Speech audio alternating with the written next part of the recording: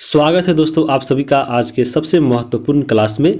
आज हम लोग इस वीडियो में हिस्ट्री के सबसे बेस्ट टॉपिक भारतीय राष्ट्रीय आंदोलन को पढ़ने वाले हैं।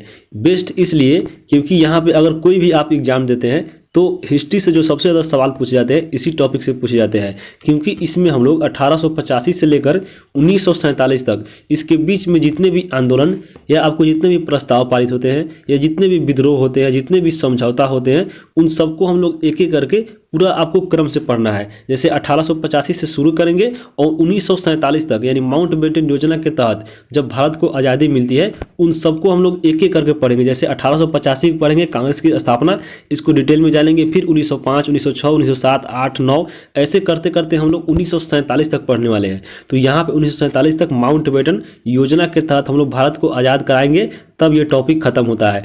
तो आपके लिए यह वीडियो बहुत ही इंपॉर्टेंट हो जाता है। आप किसी भी अगर एग्जाम की तैयारी कर रहे हैं, चाहे वो आपके यूपीएससी का हो, चाहे कोई भी अगर राज्य स्तर पर पीसीएस का हो या एसएससी का हो या आपके रेलवे का हो, आपके किसी भी एग्जाम का हो, तो आपसे क्वेश्चन इस वीडियो में पूछेगा ही पूछेगा। तो आप इस वीडियो में लास्ट तक जरूर बने रहिएगा। चलिए हम वीडियो को शुरू करते हैं और एक एक करके पूरे घटनाओं को हम लोग जानेंगे। तो बात करें अगर हम भारतीय राष्ट्रीय आंदोलन की, जो शुरू होती है 1885 से, और यहाँ पे हम लोग इसको 3 भागों में बांट कर पढ़ने वाले हैं। पहला जो होगा उदारवादी चरण, जिसमें हम लोग पढ़ेंगे 1885 से लेकर 1905 तक।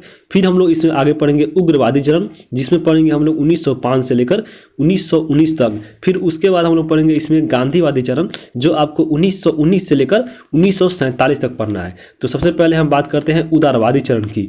तो यहाँ पे उदारवादी में एक वर्ड छिपा हुआ है उदार, यानी उदार प्रवृत्ति के नेता। इसमें कौन कौन आते थे? तो इसमें आते थे दादा भाई नौरोजी, फिरोज शाह मेहता, गोपाल कृष्ण गोखले, एमजी रानाडे।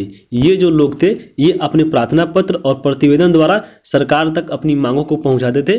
फिर आपको 1905 आया। 1905 में हुआ बंगाल विभाजन और स्वदेशी आंदोलन, जिसमें भारत में पूरी तरह यह हड़ताल होने लगा, पूरी तरह विरोध होने लगा अंग्रेजों का।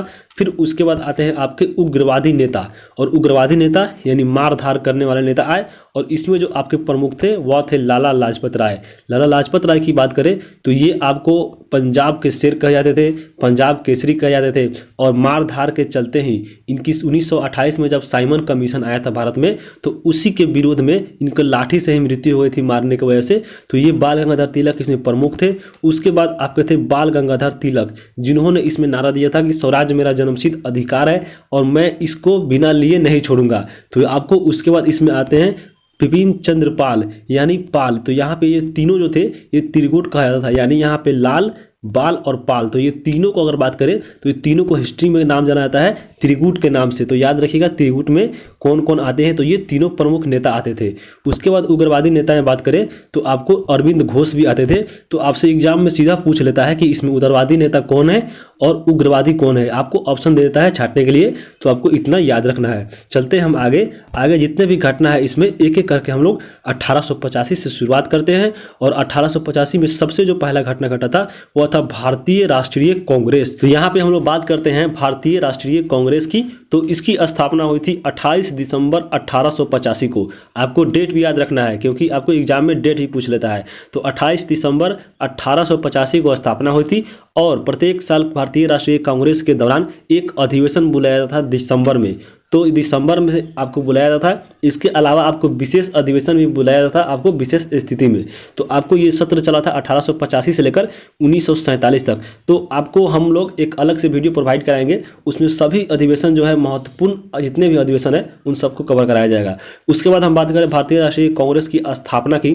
तो यहाँ पे इसकी स्थापना हुई थी मुंबई में।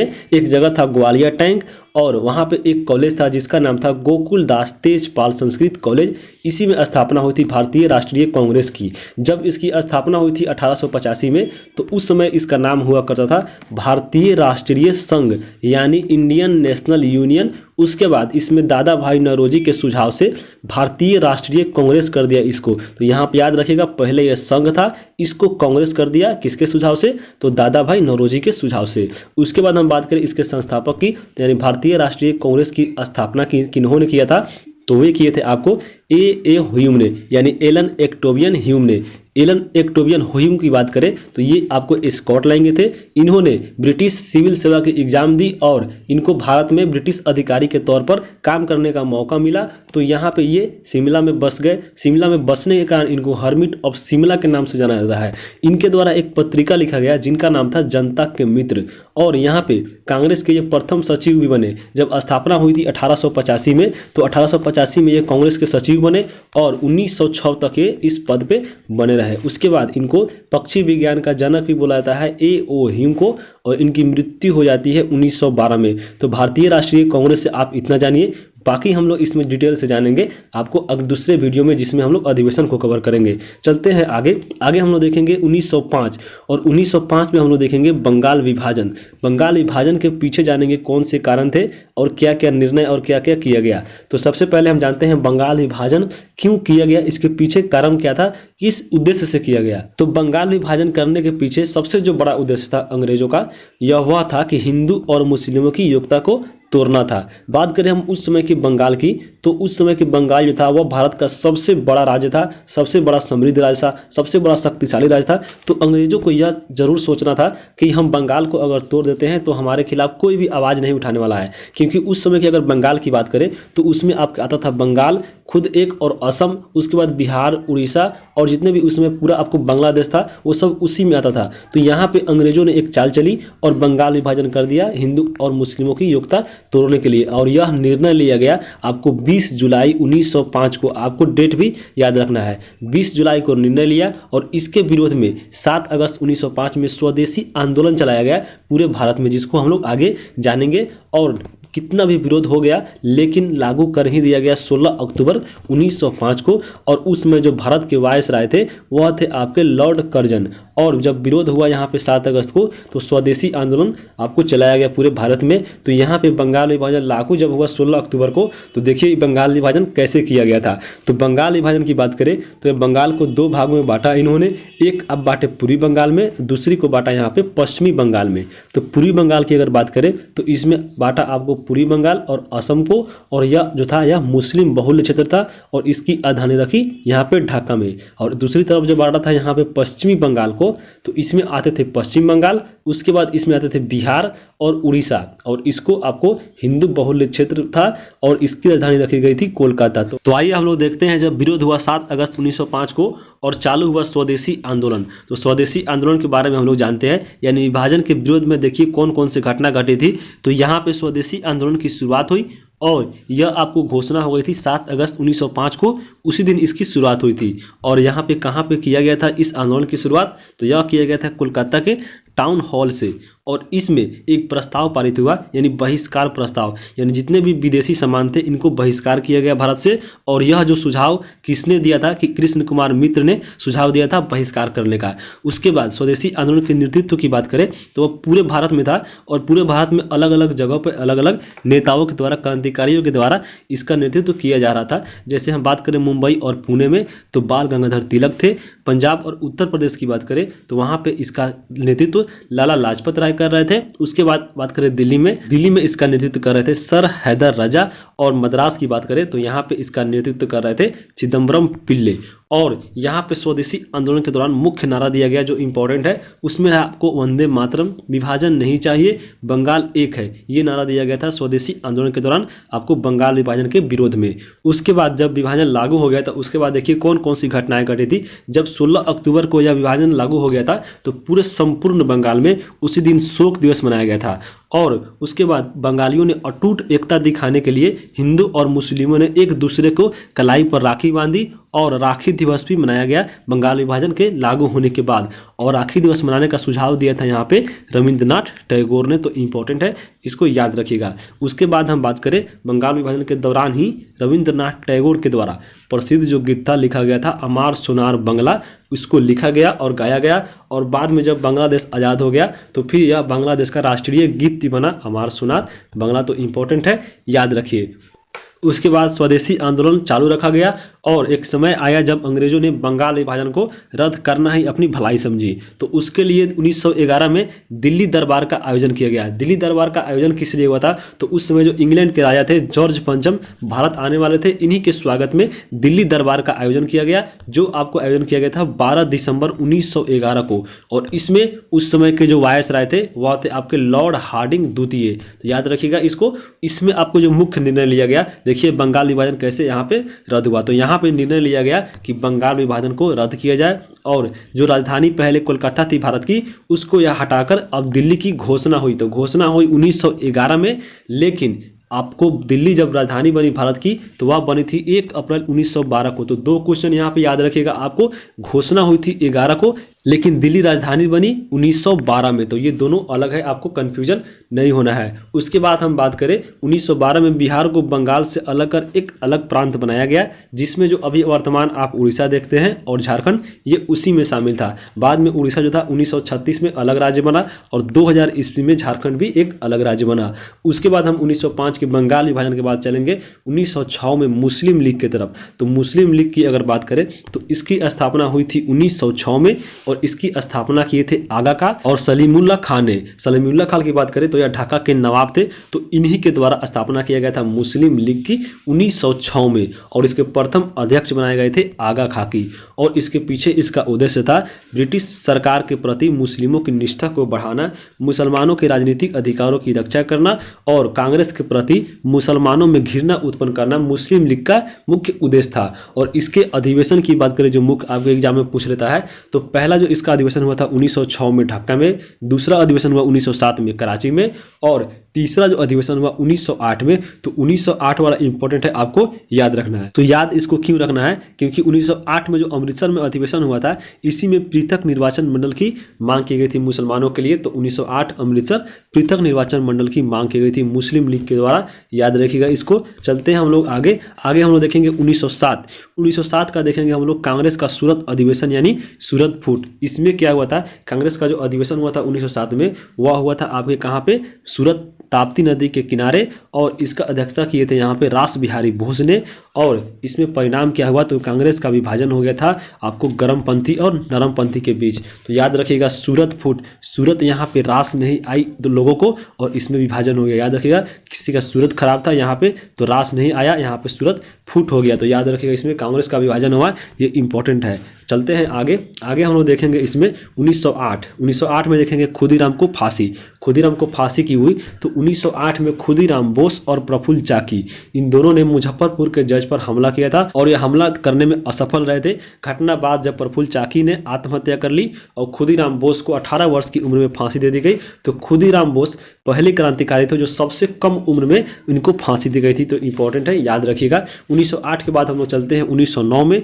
1909 में हम लोग देखेंगे मार्ले मिंटो सुधार की बात की जाए तो इसी को बोला जाता है भारतीय परिषद अधिनियम 1909 और उस समय भारत के वायसराय थे लॉर्ड मिंटो। और इसकी हम बात करें तो ब्रिटिश सरकार के इस अधिवेशन द्वारा मुसलमानों के लिए पृथक निर्वाचन मंडल की व्यवस्था करना था। मार्ले मिंटो सुधार का यह आपको उद्देश्य था। चलते हैं आगे हम देखेंगे 1913 में गदर आंदोलन की बात करें यहाँ पे तो इसका उद्देश्य क्या था, तो इसका उद्देश्य था भारत को अंग्रेजों से आज़ादी दिलाना और इसकी स्थापना की गई थी 1 नवंबर 1913 को और इसके संस्थापक थे लाला हरदयाल। उसके बाद इसकी स्थापना कहाँ हुई थी, तो इसकी स्थापना हुई थी सैन फ्रांसिस्को में अमेरिका में और इसके प्रथम अध्यक्ष बनाए गए थे सोहन सिंह भाखना को। उसके बाद हम बात करें इसमें तो 1 नवंबर 1913 को गदर एक पत्रिका भी जारी हुई जो आपको साप्ताहिक थी, यानी एक सप्ताह में निकलती थी और यह उर्दू में निकलती थी। लेकिन 9 दिसंबर 1913 से यह गुरुमुखी लिपि में छपने लगी और इस पत्रिका का जो पहला पृष्ठ आता था इस पेपर का और इस पत्रिका का, इसमें अंग्रेजी राज का कच्चा चीठा नाम से आता था। उसके बाद हम बात करें 1914 से 18 यानी प्रथम विश्व युद्ध। प्रथम विश्व युद्ध को हम लोग भारत और ब्रिटिश की दृष्टिकोण से देखेंगे, इसको हम लोग ज़्यादा डिटेल में नहीं जाएंगे। तो बात करेंगे हम प्रथम विश्व युद्ध की, तो यह हुआ था 1914 से लेकर 18 में और इसमें हम लोग देखेंगे क्या रोल था भारत का। तो यहाँ पे यूरोपीय शक्तियाँ 2 भागों में बट गई थी क्योंकि आपको जो अंग्रेज थे वह यूरोप से ही आए थे। तो यहाँ पे 2 शक्तियाँ बटी थी यूरोप में उस समय। पहला इसमें एक तरफ था देश ऑस्ट्रिया, जर्मनी, इटली और तुर्की और दूसरी तरफ था यहाँ पे फ्रांस, रूस और इंग्लैंड। तो यहाँ पे हम लोग ट्रिक्स याद रखेंगे, आपको कन्फ्यूजन हो जाता है कि आपको देता है एक ऑप्शन, पहले ग्रुप में कौन था, दूसरे ग्रुप में कौन था। तो एक तरफ था याद रखिएगा अजीत, ए से याद रखिएगा ऑस्ट्रिया, जे से याद रखिएगा जर्मनी, ई से याद रखिएगा इटली, आई से, फिर टी से याद रखिएगा तुर्की, और फ्री में याद रखिएगा एफ से आप फ्रांस, आर से रूस और ई से इंग्लैंड। तो यहाँ पे जो सेकेंड ग्रुप था इसमें आपको विजय हो गई थी प्रथम विश्व युद्ध में, यानी यहाँ पे इंग्लैंड जीत गया था। तो इंग्लैंड यहाँ पे जीत गया था, तो उसमें आपको देखेंगे भारत ने क्या किया था। तो यहाँ पे उस समय भारत के वायसराय थे लॉर्ड हार्डिंग, और 1915 में ही आपको गांधी जी आए थे साउथ अफ्रीका से भारत में, और आते ही यहाँ पे प्रथम विश्व युद्ध में ब्रिटिश सरकार के युद्ध में आर्थिक एवं सैन्य मदद की थी ब्रिटिश सरकार को। गांधी जी इससे खुश होकर गांधी जी को एक उपाधि भी दिए थे यहाँ पे कैसर ए हिंद की, और लोगों ने भी गांधी जी को यहाँ पे एक उपाधि दिया और कहा कि आप भर्ती कराने वाले सर्जेंट है, क्योंकि यहाँ पे अनेक सेनाओं को भर्ती कराए थे प्रथम विश्व युद्ध में। कहाँ से? तो इंग्लैंड की तरफ से, यानी अंग्रेज की तरफ से लड़ने के लिए। उसके बाद हम बात करेंगे 1916 का पढ़ेंगे हम लोग लखनऊ अधिवेशन, इसी को बोलाता है लखनऊ समझौता, यानी कांग्रेस लीग समझौता। तो बात करेंगे हम 1916 में जो लखनऊ अधिवेशन हुआ था उसकी अध्यक्षता किए थे यहाँ पे अंबिका चरण मजूमदार ने, और इसमें नरमपंथी और गरमपंथी जो इसमें अलग हुए थे। 1907 के सूरत अधिवेशन में रास नहीं आया था इनका चेहरा, तो यहाँ पे याद रखिएगा सूरत में जो अधिवेशन हुआ था 1907 में, उसमें फिर आपको 1916 में ये जाकर मिल गए थे, यानी दोनों में एकता हो गई थी। तो नरमपंथी और गरमपंथी में एकता हुई थी, इसकी आपको अध्यक्षता कर रहे थे मजमूदार, और लखनऊ में इसका अधिवेशन हुआ था। और इस अधिवेशन में कांग्रेस लीग समझौता और लखनऊ पैक्ट हुआ। कांग्रेस ने मुस्लिमों के लिए अलग निर्वाचन की मांग स्वीकार कर ली थी इस अधिवेशन में, और इसी अधिवेशन में राजकुमार शुक्ला की भेंट हुई थी गांधी जी से, जिन्होंने आपको किसानों की समस्या बताई थी बिहार की। और इसी के बाद आपके चंपारण आए थे महात्मा गांधी, जिन्होंने नील विद्रोह को समाप्त किया था, और यह प्रथम सत्याग्रह आंदोलन था गांधी जी का। तो उसके बाद हम भी 1916 पढ़ लेते हैं, फिर उसके बाद 1917 में उसके बारे में भी जानेंगे। तो 1916 में हम लोग पढ़ेंगे होम रूल लीग आंदोलन। तो इसके बारे में हम बात करें तो होम रूल जो वर्ड है यह आपके आयरलैंड से लिया गया था, जिसका अर्थ होता था यहाँ पे स्वशासन। और उस समय जब होम रूल लागू आपको आया था आंदोलन, तो उसमें भारत के वायसराय थे लॉर्ड चेम्सफोर्ड। उसके बाद हम बात करें यहाँ पे होम रूल का, तो होम रूल आपको दो होम रूल पढ़ना है यहाँ पे। एक की स्थापना की थी तिलक ने, और दूसरे की स्थापना की थी यहाँ पे एनी बेसेंट ने। बात करें हम अगर तिलक के होम रूल का, तो तिलक का जो होम रूल आंदोलन था यह आपको महाराष्ट्र और कर्नाटक क्षेत्र में था, और इसका मुख्यालय था यहाँ पे बेलगांव कर्नाटक में, और इसका स्थापना किया गया था यहाँ पे 28 अप्रैल 1916 को महाराष्ट्र में स्थापना किया गया था महाराष्ट्र में, लेकिन इसका मुख्यालय यहाँ पे कर्नाटक में, और यह महाराष्ट्र और कर्नाटक दोनों क्षेत्र में यह प्रभावी था। और इसका यहाँ पे उद्देश्य था होम रूल का, यानी जो तिलक का होम रूल का स्थापना किया था इसका उद्देश्य था यहाँ पे कि स्वराज की स्थापना करना। और इसी होम रूल आंदोलन में यहाँ पे तिलक ने आपको कथन दिया था कि स्वराज मेरा जन्मसिद्ध अधिकार है। उसके बाद अगर हम एनी बेसेंट के होम रूल लीग की बात करें तो इसका जो क्षेत्र था मद्रास और तमिलनाडु था, और यहाँ पे इसका जो मुख्यालय था यहाँ पे अड्यार और मद्रास था। इसकी स्थापना की गई थी यहाँ पे 1 सितंबर 1916 को, और मद्रास में की गई थी। तो मद्रास और तमिलनाडु इसका क्षेत्र था, आप याद रखिएगा। और इसका उद्देश्य था यहाँ पे स्वशासन की स्थापना करना, और इसके सचिव थे यहाँ पे जॉर्ज अरुंडले। बाद में जब यह आपको आंदोलन जब प्रभावी हुआ, अनेक क्षेत्रों में काम करने लगा, अच्छा, तो 1917 में आंदोलन को बढ़ती लोकप्रियता देखते हुए ब्रिटिश सरकार ने इसका दमन करा दिया था। अब चलते हैं 1917 में हम पढ़ेंगे चंपारण सत्याग्रह। चंपारण सत्याग्रह की बात करें तो पहली बार गांधी जी द्वारा सत्याग्रह का प्रयोग किया गया था 1893 में अफ्रीका में। अगर पूछे कि सीधे गांधी जी द्वारा प्रथम सत्याग्रह कौन था, तो वह आपके साउथ अफ्रीका का जो 1893 वाला था वो था। लेकिन अगर पूछ ले कि गांधी जी का भारत में पहला सत्याग्रह कौन था, तो वह था आपके चंपारण 1917 का। और यह आपको चंपारण सत्याग्रह क्यों हुआ था, तो यह हुआ था तीनकठिया प्रथा। इसका तीनकठिया प्रथा इसका कारण था क्योंकि यहाँ पे बात करें अगर बिहार में, तो उस समय तीनकठिया जो प्रथा था, यानी 3 कठिया यानी 3 जो काठा, इसमें पूरे 20 कट्ठा में, यानी 1 बीघा में अगर खेती बात करें तो 3 कट्ठा भाग पर अंग्रेजों ने नील की खेती करवाता था बिहार के किसानों से।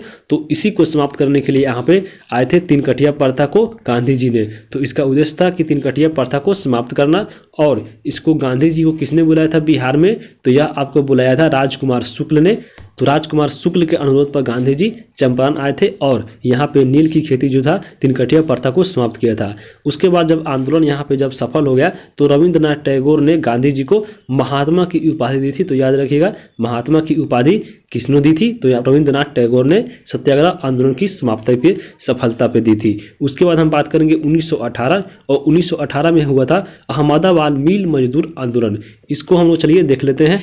तो अहमदाबाद मिल मजदूर आंदोलन के पीछे कारण क्या था? तो मिल मजदूरों को प्लेग बोनस नहीं देना इसका मुख्य कारण था। आंदोलन जब हुआ गांधी जी के द्वारा तो 35% बोनस देने को तैयार हो गई ब्रिटिश कंपनी। उसके बाद यह महात्मा गांधी का प्रथम भूख हड़ताल था, क्योंकि इसी में इन्होंने भूख हड़ताल चालू किया था। तो यह प्रथम भूख हड़ताल था। प्रथम सत्याग्रह आंदोलन पूछे भारत में तो वह चंपारण था, लेकिन प्रथम भूख हड़ताल पूछे तो वह आपको अहमदाबाद मिल मजदूर आंदोलन था।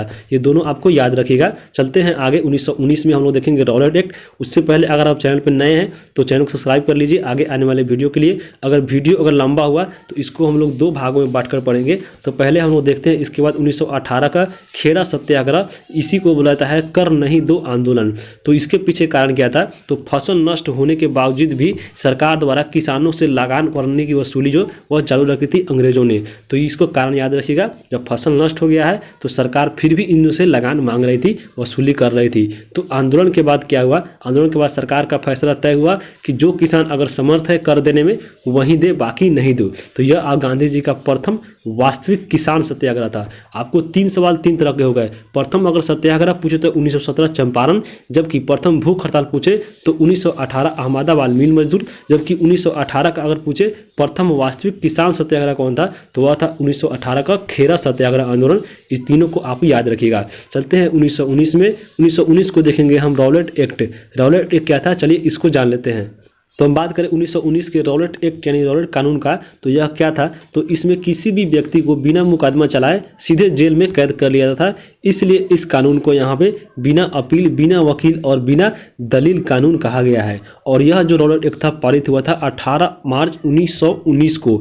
और इसके बाद हम देखें इसमें तो गांधी जी ने ही इस एक्ट के खिलाफ 6 अप्रैल 1919 को पूरे देश में हड़ताल चलाया, क्योंकि इसमें किसी व्यक्ति को बिना मुकदमा चलाए ही आपको इसमें गिरफ्तार कर लिया था। इसलिए गांधी जी द्वारा 6 अप्रैल 1919 को पूरे देश में हड़ताल चलाया गया। और रॉलेट एक्ट के विरोध में ही 10 अप्रैल 1919 के पंजाब के जो नेता थे सैफुद्दीन किचलू और सत्यपाल को हड़ताल के दौरान ही हिमाचल प्रदेश में गिरफ्तार कर लिया गया था। और इनको न्याय दिलाने के लिए ही यहाँ पे जब जालियांवाला बाग में बैठक बुलाई गई थी, उसी में आपको गोलियां चलाई गई थी। तो जालियांवाला बाग हत्याकांड भी हम लोग देख लेते हैं 1919 का। तो रॉलेट एक्ट के विरोध में हड़ताल के दौरान जब सैफुद्दीन किचलू और सत्यपाल के गिरफ्तार के विरोध में जब 13 अप्रैल को अमृतसर में जालियांवाला बाग में सरकार ने एक नीतियों के विरोध में सभा का आयोजन हुआ था। उसमें सभा के आयोजन के दौरान ही कमांडर के जो जनरल थे जनरल ओ डायर ने गोलियां चलवा दी, जिससे हजारों लोगों की मृत्यु हो गई थी जालियांवाला बाग हत्याकांड में। याद रखिएगा यह 13 अप्रैल 1919 को यह घटना घटी थी। बात करें हम जालियांवाला बाग हत्याकांड में तो इसमें हंसराज नामक एक भारतीय था जिन्होंने जनरल डायर की सहयोग किया था। और इस हत्याकांड में यहाँ पे हजारों लोगों की मृत्यु हो गई थी। यहाँ पे देखिए एक मार्टियर वेल भी है इस बाग के अंदर, और इस मार्टियर वेल में देखिए यहाँ पे क्या लिखा हुआ है, गोलियों से जान बचाने के लिए लोग भागते भागते इस कुएं में गिर पड़े। इस कुएं की मौत जमीन सतह से बराबर थी। कुएं में 120 मृतक शरीर निकाले गए थे। जब यह आंदोलन समाप्त हुआ था तो उसमें जब यह कुआं था इसके बीच में, तो लोग जब भागने लगे, भगदड़ मची, तो इस कुएं में जाकर बहुत से गिर गए। समझिए 120 लोग केवल इस कुएं में डूबकर मर गए थे, क्योंकि इसकी जो जमीन की सतह थी पानी की पूरी आपके ऊपर लाशों से बिछ गई थी। बाद में निकाला गया, इसमें 120 लोगों की मृत्यु हो गई थी इस कुएं में, बाकी लोग इधर भागे गए थे। तो समझ लीजिए इसमें हजारों लोग की लगभग मृत्यु हो गई थी। उसके बाद हम बात करें यहाँ पे तो जालियांवाला बाग हत्याकांड के विरोध में देखिए उपाधि लौटाई गई थी कुछ प्रमुख नेताओं के द्वारा। गांधी जी ने यहाँ पे केसर ए हिंद की उपाधि लौटा दी थी, जो उनको 1914 से 18 के प्रथम विश्व युद्ध में मिला था अंग्रेजों के द्वारा। उसके बाद रविंद्रनाथ टैगोर ने यहाँ पे नाइटहुड की उपाधि त्याग दी थी, और जमुनालाल बजाज ने यहाँ पे राय बहादुर की उपाधि त्याग दी थी। तो ये आप देख सकते हैं, ये आपके जालियांवाला बाग हत्याकांड का, ये आपका जो जालियांवाला बाग है इसी में यह आयोजन किया गया था, ये वर्तमान का है। उसके बाद हम देखें इसमें तो अंग्रेज सरकार के खिलाफ बढ़ते असंतोष के कारण घटना की जांच के लिए जनरल हंटर की अध्यक्षता में एक कमीशन बनाया गया, जिसको बोला जाता है हंटर कमीशन, जो इस हत्याकांड की जांच करेगा। उसके बाद जालियांवाला बाग हत्याकांड के 21 वर्ष जब बीत गया, इसका परिणाम सामने नहीं आया उस कमीशन के द्वारा, तो 1940 में सरदार उधम सिंह गए लंदन, और लंदन जाकर जनरल डायर को गोली मारी थी। जब जनरल डायर लंदन में एक सभा कर रहे थे तो वहां पे जाकर 1940 में उधम सिंह ने गोली मारी थी जनरल डायर को, और इसकी मृत्यु हो गई थी। तब जाकर यह बदलाव पूरा हुआ था। उसके बाद हम चलेंगे आगे पढ़ेंगे खिलाफत आंदोलन 1919। खिलाफत आंदोलन की बात करें तो इसको हम जानते हैं सबसे पहले कारण, तो ब्रिटिश सरकार प्रथम विश्व युद्ध जीत चुकी थी 1918 में। उसके बाद एक तरफ जो देश था तुर्की और दूसरी तरफ जा तो इंग्लैंड। ये जब इंग्लैंड जीत गया तो तुर्की को यहाँ पे दंडित करना चाहती थी, जिस कारण भारत में जो मुसलमान थे वो अंग्रेजों से नाराज हो गए। क्योंकि तुर्की की बात की जाए तो तुर्की आपको पूरा मुस्लिम बहुल्य क्षेत्र था, और मुसलमान जो भारतीय के थे वह नहीं चाहते थे कि तुर्की को यहाँ पे उनकी सजा मिले। तो उसके बाद जब यहाँ पे हम इसको जानते हैं थोड़ा बैकग्राउंड बात करें प्रथम विश्व युद्ध की, तो प्रथम विश्व युद्ध हम लोगों ने पीछे भी देखा था। एक तरफ था आपके राज अजीत और एक तरफ था आपके फ्री। तो यहाँ पे फ्री लोग जीत गए थे, यानी यहाँ पे इंग्लैंड जीत गया था। तो इसमें तुर्की की तरफ इन दोनों के बीच में एक संधि होती है जिसको बोला जाता है सेवर्स की संधि। और सेवर्स की जो संधि होती है ब्रिटेन और तुर्की के बीच में, तो ब्रिटेन ने तुर्की के सुल्तान का सभी अधिकार को छीन लेता है सेवर्स की संधि के तहत। उसके बाद जो तुर्की की अगर बात की जाए तो पूरा मुस्लिम क्षेत्र था, तो विश्व के जितने भी मुसलमान थे वह तुर्की के सुल्तान को खलीफा मानते थे। इसलिए भारतीय मुसलमान भी उनको खलीफा मानते थे और वे नहीं चाहते थे कि सुल्तान के अधिकार को छीना जाए। भारतीय मुसलमान द्वारा तुर्की साम्राज्य एवं खलीफा पद को बनाए रखने के लिए आंदोलन प्रारंभ किया भारत में, और उसके लिए एक कमेटी बनाई जिसका नाम रखा था यहाँ पे खिलाफत कमेटी। और इसमें आपको पूरे भारत के मुसलमान और हिंदू ने इसमें सहयोग किया था, और महात्मा गांधी भी इसके अध्यक्ष बने थे खुद इस कमेटी के। और यह जो आपको खिलाफत आंदोलन था यह सबसे बड़ा मौका था, सबसे बड़ा मंच था यहाँ पे हिंदू और मुस्लिमों को एक जगह खड़ा करने का, क्योंकि यहाँ पे मुसलमान के विरुद्ध लड़ाई हो रहा था और हिंदू भी इसके साथ था। तो महात्मा गांधी इन्होंने यानी कांग्रेस ने इसमें बढ़ चढ़कर हिस्सा लिया था, और इसका अध्यक्ष बने थे खिलाफत आंदोलन के खुद कौन, तो महात्मा गांधी। और इसके जो प्रमुख सदस्य थे इसमें मोहम्मद अली जिन्ना, शौकत अली, अबुल कलाम आजाद, ये लोग इस खिलाफत कमेटी के मुख्य सदस्य थे। उसके बाद हम करें इसमें निर्णय क्या लिया गया, तो ब्रिटिश सरकार अगर हमारी मांगों को स्वीकार नहीं करती है तो हम सरकार के साथ सहयोग नहीं करेंगे, यानी खिलाफ में रहेंगे। याद रखिएगा खिलाफत कमेटी का यही आपको निर्णय लिया गया खिलाफत कमेटी में। और बाद में इस आंदोलन की समाप्ति उस समय हुआ जब तुर्की में मुस्तफा कमाल पाशा सरकार बनी और खलीफा पद को ही यहाँ पे समाप्त कर दिया गया। तब जाकर यह खिलाफत आंदोलन बाद में समाप्त हुआ था। तो याद रखिएगा खिलाफत आंदोलन 1919 आपको अच्छे से समझ में आ गया होगा। उसके बाद हम देखेंगे 1920 में हम लोग पढ़ेंगे असहयोग आंदोलन। असहयोग आंदोलन की बात करें तो इसकी शुरुआत हुई थी यहाँ पे 1 अगस्त 1920 को, और जिस दिन यह शुरुआत हुई थी उसी दिन तिलक की मृत्यु हो गई थी। तो यह एक बहुत दुखद की घटना थी, और तिलक की मृत्यु के यहाँ पे मरने के कारण इसमें एक प्रस्ताव पारित हुआ तिलक के ऊपर, तिलक फंड की यहाँ पे स्थापना की गई थी। उसके बारे में जानेंगे हम लोग। तो पहले हम लोग यहाँ पे असहयोग आंदोलन का उद्देश्य देख लेते हैं। तो उद्देश्य की बात करें तो असहयोग आंदोलन का उद्देश्य था स्वराज को प्राप्त करना, जालियांवाला बाग हत्याकांड को न्याय दिलाना, खिलाफत आंदोलन को न्याय दिलाना, और ब्रिटिश सरकार की सहयोग नहीं करना। यानी खुद यहाँ पे देखिए सहयोग नहीं करना यानी असहयोग। तो याद रखिएगा असहयोग आंदोलन का ये सभी उद्देश्य था। उसके बाद हम बात करें असहयोग आंदोलन जो प्रस्ताव हुआ था सबसे पहले पारित, वह कहाँ हुआ था, तो वह एक कांग्रेस का विशेष अधिवेशन में हुआ था। कांग्रेस का अगर विशेष अधिवेशन की बात करें तो वह आपको बुलाया जाता था। एक तो कांग्रेस का अधिवेशन आपको एक साल में होता था दिसंबर में, लेकिन जब विशेष की बात करें तो यह अब जब कोई काम जो विशेष काम होता था उसमें बुलाया था, यानी यह अगस्त में बुलाया गया था। तो कांग्रेस का जो विशेष अधिवेशन हुआ था 1920 में, यह कहाँ हुआ था, तो यह हुआ था कोलकाता में, और इसकी अध्यक्षता कर रहे थे यहाँ पे लाला लाजपत राय, और इसी में असहयोग आंदोलन को प्रस्ताव पारित किया गया था। और आंदोलन के दौरान देखिए क्या क्या घटना घटी थी। तो तिलक स्वराज फंड की स्थापना हुई थी जिसमें जल्द ही 1 करोड़ से ज़्यादा रुपया जमा हो गया था इस आंदोलन की सहायता के लिए। उसके बाद इस आंदोलन के दौरान छात्रों द्वारा शिक्षण संस्थान का बहिष्कार किया गया, वकीलों द्वारा न्यायालय का बहिष्कार किया गया, विदेशी वस्तुओं को बहिष्कार किया गया और उनको पहली बार भारत में जलाया गया था। उसके बाद संपूर्ण भारत में इस आंदोलन के दौरान यहाँ पे हड़ताल किया गया था। फिर यह आंदोलन 2 साल तक अच्छे से चला फिर 5 फरवरी 1922 को एक ऐसी घटना घटती है जहां से महात्मा गांधी ने इस असहयोग आंदोलन को समाप्त कर दिया था। 5 फरवरी 1922 को चौरी चौरा कांड की वजह से महात्मा गांधी ने असहयोग आंदोलन को वापस ले लिया। 12 फरवरी 1922 को जब यह आंदोलन वापस ले लिया गया तो 10 मार्च 1922 को महात्मा गांधी को गिरफ्तार कर लिया गया और 6 वर्षों की सजा सुनाई गई महात्मा गांधी को। लेकिन स्वास्थ्य खराब होने की वजह से फरवरी 1924 में इनको रिहा कर दिया गया था। तो पहले हम जानते हैं चौरी चौरा कांड क्या हुआ था जिसकी वजह से महात्मा गांधी को 12 फरवरी 1922 को असहयोग आंदोलन वापस लेना पड़ा था। तो बात करेंगे हम 1922 का चौरी चौरा कांड। यह जो घटना घटी थी 5 फरवरी 1922 को घटी थी। चौरी चौरा कांड की बात की तो यह आपके उत्तर प्रदेश में गोरखपुर के पास एक जगह है और चौरी चौरा स्थान पर यह घटना घटी थी। तो असहयोग आंदोलनकारियों के जब यहाँ पे आंदोलन कर रहे थे तो उसके ऊपर पुलिस द्वारा गोली चलाया गया। तो फिर भीड़ ने इसमें उत्सुक होकर पुलिस थाना में ही आग लगा दिया जिसमें 22 लोगों की यहाँ पे मृत्यु हो जाती है। उस समय भारत के जो गवर्नर थे वह थे आपके लॉर्ड रीडिंग। और इस घटना के बाद गांधी जी दुखित होती है क्योंकि इसमें असहयोग आंदोलन था और इसमें यहाँ पे आग लगा दी गई, आगजनी हुई, लोगों की मृत्यु हो गई।